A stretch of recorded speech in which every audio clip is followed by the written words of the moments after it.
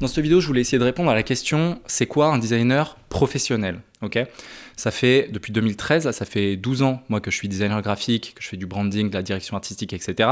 Je pense que j'en ai vu un petit peu et que je peux un petit peu, à mon échelle, répondre à cette question. Donc je ne vais pas parler des qualités graphiques d'un designer, de est-ce que ce qu'il fait c'est beau, etc. C'est pas le sujet, c'est plutôt comment je m'interface dans mon boulot et comment je joue bien mon rôle en tant que designer donc.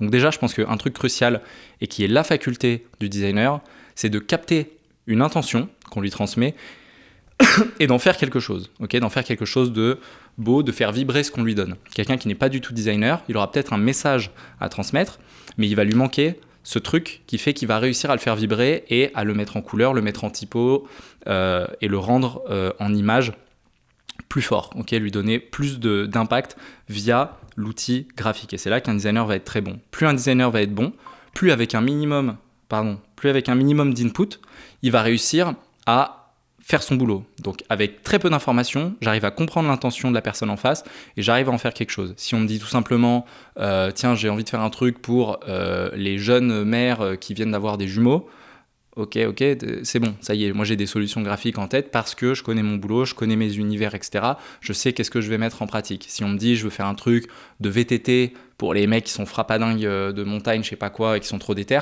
ok, pareil, je sais peut-être ce que je vais commencer à déployer. Et plot twist, ce sera pas la même chose que pour les jeunes mamans qui viennent d'avoir des jumeaux. Donc voilà. Un très bon designer, j'ai noté, sait où aller, même avec la plus fine des intentions, c'est ce que je viens de dire. Il connaît les humains, il a les codes, il analyse et il a les réponses graphiques. Donc ça déjà, c'est un point très important, je pense. L'autre truc, c'est autour des enjeux et comprendre sa place. Donc comprendre que je m'inscris dans un processus qui ne commence pas au début de mon travail et qui ne s'arrête pas à la fin de mon travail. J'en ai déjà parlé, mais quand je suis un designer, je suis souvent en bout de chaîne. Je suis un peu souvent le dernier maillon qui, ça y est, vient mettre la peinture et puis ensuite voilà, les travaux sont finis. Mais il se passe beaucoup de choses avant et finalement il se passe beaucoup de choses après également. Donc c'est comprendre ce rôle-là et ne pas être en vase clos, ce qui est très souvent un point que j'ai vu et notamment chez des designers parce qu'on est des artistes, etc. Donc finalement on reste un petit peu dans notre truc, on ne se rend pas compte qu'on est une partie d'un ensemble bien plus grand. Ensuite j'ai mis un point sur connaître les problématiques techniques, c'est-à-dire je suis designer, je fais du web, il faut que je connaisse ce qui se passe un petit peu après moi, un petit peu les enjeux du dev, etc. Qu'est-ce que ça veut dire d'intégrer une page avec du HTML, du CSS, du JavaScript, etc. Qu'est-ce qui va se passer? J'ai vu beaucoup de designers qui n'y connaissent rien. Donc résultat, je vais faire des maquettes, des trucs comme ça, pourris. Alors oui, ça peut être formidable, ça peut faire kiffer des gens, d'accord. Tout le monde va y croire, tout le monde va se dire c'est génial, sauf le dev derrière qui doit se la taper, le front-end qui doit le faire, et lui qui va bader et qui va vous prendre pour une endive. Et donc ça va absolument pas aider le projet au global. Donc si je connais les implications techniques, je design mieux. Et peut-être que finalement la solution graphique elle va être moins fancy, moins incroyable, oui, mais elle sera implémentable facilement, elle sera plus facilement réelle. Donc c'est bien beau d'avoir une maquette magnifique, si elle ne sait pas exister dans le monde réel, c'est de la merde. Ensuite, si c'est du print, ça va être connaître des enjeux d'impression, des problématiques techniques, des limitations surtout d'un point de vue couleur par exemple. Je ne rentre pas dans les détails, pour les designers, vous comprenez. Mais voilà, bien les connaître, savoir que si je fais du print, si je veux imprimer du vert ou du bleu ou du magenta, en fait je vais me confronter à des problématiques, il y a tout un spectre de couleurs que je ne pourrais pas atteindre, je sais naviguer avec ça, ou alors j'ai des réponses techniques à offrir. Si je travaille en déléguant ou en collaborant, autre aspect, c'est savoir produire des assets de qualité. Un designer junior, il va faire sa petite tambouille et ensuite il va envoyer des PNG de 14 mégas, il va envoyer des assets complètement fantaisistes qui ensuite va s'occuper de compresser les choses de la bonne manière, d'avoir les bonnes tailles de fichiers, les bons formats de fichiers, etc. Non, c'est un combo designer. C'est être un pro que de savoir faire ça, connaître mes formats de fichiers, connaître mes meilleures optimisations pour avoir des fichiers les plus légers possibles, etc. C'est mon boulot. Donc ça, c'est très important. Ensuite, j'ai noté conscience des problématiques, cette fois-ci business, Point technique, c'est une chose. Problématique business. Encore une fois, c'est un truc souvent qui passe complètement à la trappe pour les designers.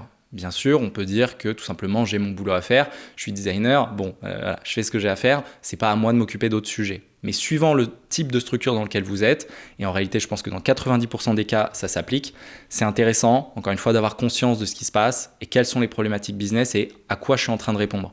Ça va changer ma manière de travailler Et ça va orienter ma manière de travailler de manière bien plus efficace, de manière bien plus utile. Et donc, je serai un designer utile. Le type de designer, je pense, qu'on veut. Petite anecdote perso, quand j'ai fait ma première boîte avec mon ami Jordan Chenevier et David Ancillon, bonjour, on avait en gros un mec business, c'était Jordan, un mec dev, c'était David, le mec créa, on va dire, c'était moi. Et ben c'était ma première boîte, etc. Moi j'étais trop dans mon spectre créa en fait. J'étais dans mon vase clos, c'est relatif, mais à mon sens trop. Et maintenant je me rends compte qu'en fait j'avais trop ce scope design qui finalement pose problème d'un point de vue plus global, d'un point de vue plus business. Donc je pense que c'est un truc qu'il faut réussir à sentir et transcender un petit peu sa condition de seulement designer pour pouvoir avoir un impact plus grand, plus efficace. Aujourd'hui, j'ai mon e-commerce, là, je vends du maté. Même sujet, parce que c'est moi qui ai les commandes sur les problématiques techniques qui vont découler de mon design, je ne design pas de la même manière. Je design avec beaucoup de responsabilités parce que je sais derrière qu'est-ce que ça va demander. Donc je vais être beaucoup plus économe par-ci, beaucoup plus réfléchi par-là, parce qu'en fait, je sais que je m'offre derrière du temps et que je ne crée pas de dette technique ou je ne crée pas de problèmes superflus. Mais je le sais parce que c'est moi qui occupe tous les sièges. Okay, c'est pour ça aussi que ça me permet d'avoir cette vision-là. Mais je pense que c'est important de l'entendre, même si on est quelqu'un qui a simplement son siège de designer. Ce sera toujours salutaire d'essayer d'aller un petit peu au-delà de votre petit scope. Et donc ça permet de bien connaître sa place et d'augmenter sa valeur.